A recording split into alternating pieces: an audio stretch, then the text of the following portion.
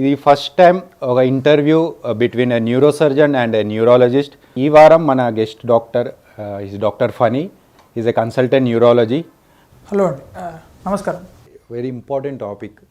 రీసెంట్గా చూస్తున్నాము outbreak అని, GBS, Guillain Barre syndrome. So అంటే ఇది ఎందుకంత అవుట్ బ్రేక్ అయింది ఈ మధ్యలో? అండ్ అంటే జీబీఎస్ అంటే ఏంటి అసలు? ఇది ఎందుకు అంత సీరియస్గా తీసుకోవాల్సిన విషయం?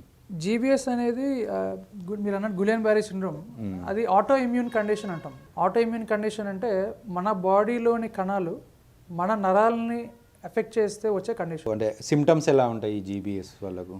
It is more of motor weakness, అంటే మజిల్ వీక్నెస్ ఎక్కువ ఉంటుంది. ఓకే. తిమ్మిర్లు, ఈ పిన్నులు పెట్టి గుచ్చినట్టు ఉంటాం కానీ, బర్నింగ్ సెన్సేషన్ కానీ, తిమ్మిర్లు కానీ ఉంటాయి.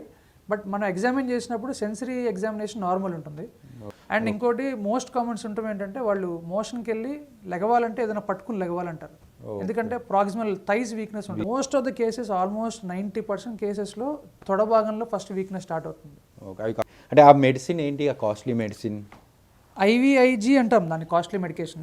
ఓకే. సో అంటే ఇది అంటే కొద్దిగా ఎక్కువ కాస్ట్ ఉన్నా డెఫినెట్లీ తీసుకోవాలంటారు. Definitely that is the treatment. But ఇప్పుడు రీసెంట్గా గాంధీలోను, ఉస్మానియాలోను they are available at free of cost. అంటే ఎందుకు ఈ సడన్గా ఇంత జీబీఎస్?